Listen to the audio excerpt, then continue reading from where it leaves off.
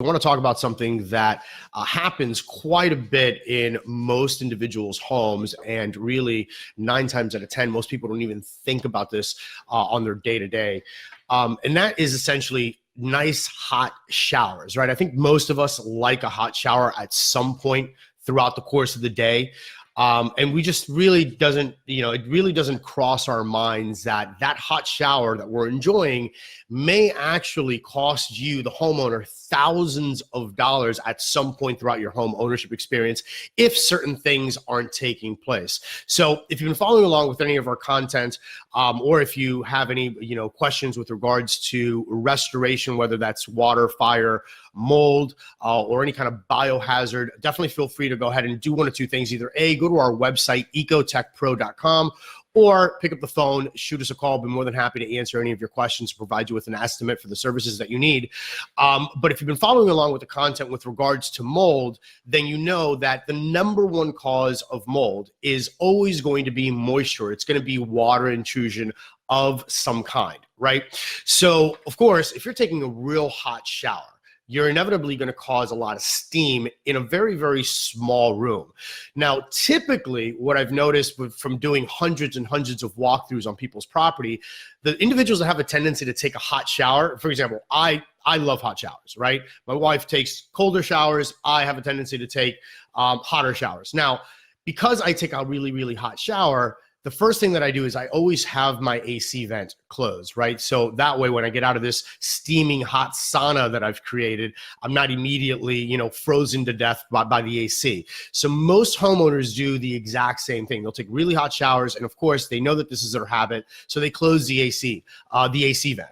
So the other thing that a lot of people don't do is when they're taking these hot showers and they're creating this kind of sauna, is they don't have either the extractor or the fan on, or in some cases, they don't even have that installed. So if you just kind of work through this logically, right? If you're taking extremely hot showers day in and day out, drywall is essentially glorified paper, right? You've got paper on one side, paper on another, and gypsum in the middle, okay?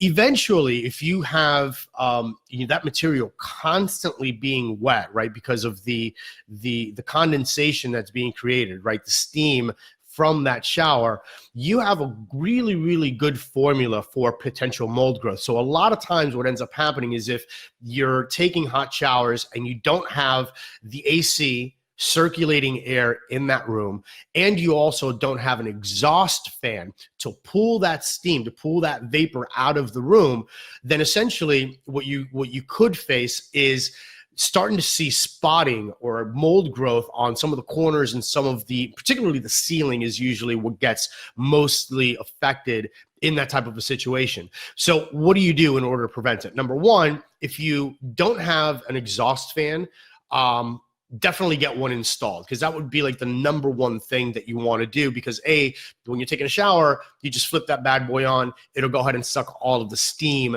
out of that room and all of that vapor out of the room. So that'll really help quite a bit. If you don't have one and you can't afford to get one installed, or you just don't want to go through the headache, if you have a window, then open up the window, allow for that, steam and the vapor to actually exit that room. The other thing would be something simple. Don't close the bathroom door right away, right? Leave the bathroom door open, because if you have AC running throughout the rest of the property, by at least allowing some of that steam or some of that vapor to kind of get out of the shower, it'll help kind of offset the relative humidity in that one room. The other thing is also keep the corners of the ceiling and walls relatively clean, right? Sometimes there's, dust that starts to collect. And of course, once you get moisture on a wall, if there's any dust in the air, it makes it a lot easier to stick to that material. So inevitably what could happen is now you've got an additional food source for potential microbial growth. So you've got the humidity, you've got the dust, and now mold growth can simply start eating away at that. It'll eat away through that material and then eventually make its way into the drywall, which could potentially cost thousands of dollars for remediation and sanitization. So the other thing is, so the main things right now are, if you take a really hot shower and you don't have an extractor, either open up a window or get one installed, and always remember to keep the door open after the shower, obviously, right?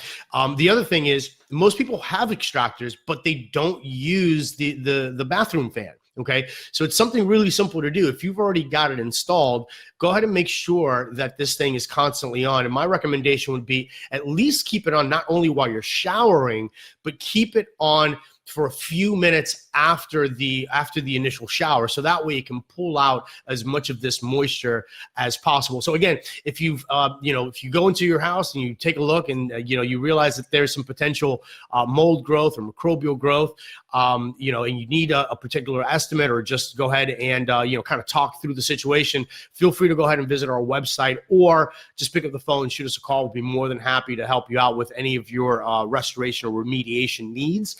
And again, major